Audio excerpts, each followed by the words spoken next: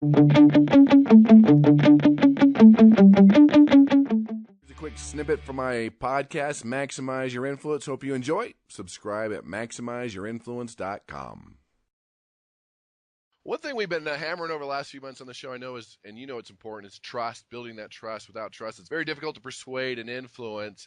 So in your book, you also mentioned, you talked about trust, but you also talked about creating trust with tactical empathy. I love that word. What do you mean by tactical empathy? Yeah, well, this is not your grandfather's empathy. This is not the 1970s, 1960s, let's all give each other a hug and dance and sing and everybody will be wonderful.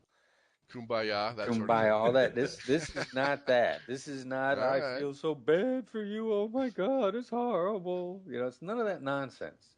We used empathy as a very specific tactic enough in hostage negotiation that I saw enough of the specific emotions that will be triggered. And then as I punch the button on these emotions, what it does to the decision-making process. So if I know tactically how it'll work, and I can calibrate this approach. This is weaponized empathy. This is military-grade empathy. This is knowing what's going to happen. If something bothering you and there's a negative, I know how to diffuse that, to diminish it, to shrink it, if not make it disappear.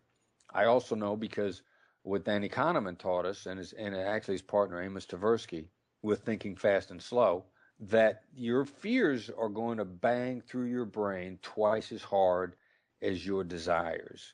The negatives will be much more of an obstacle than the positives.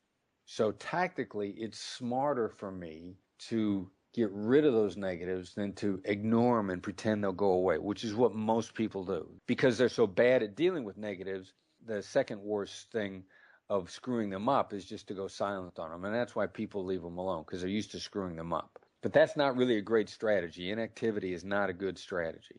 I can tell you specifically how to diminish those negatives, which kind of frees your brain up. I got a great trick that I do in all the training that I do. I ask people to volunteer to role play with me in front of everyone else. Now, nobody wants to get embarrassed in front of a group. And if I ask you to role play, there's a real good chance you're going to take a beating, because quote, Voss is this great negotiator, and this is in front of the group. So since I know that this is a thought process, as soon as I bring it up, when I tell people I'm going to ask them to volunteer, I say, listen, I just want you to know in advance, before you volunteer, the experience is going to be horrible. And I go dead silent. And that's me preempting a preemptive assault on the negative.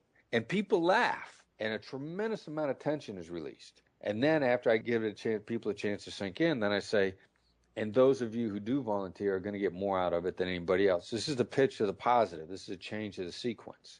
And there's never any shortage of hands that shoot up very quickly as soon as I've done that. And that's a tactical sequencing that's different than what anybody else does. I get rid of the negative, and then I go after the positive. If you're watching us on YouTube, like the video, subscribe to our channel, leave us a comment, share it with your friends, let us know what other tools you want to hear. Persuade with power.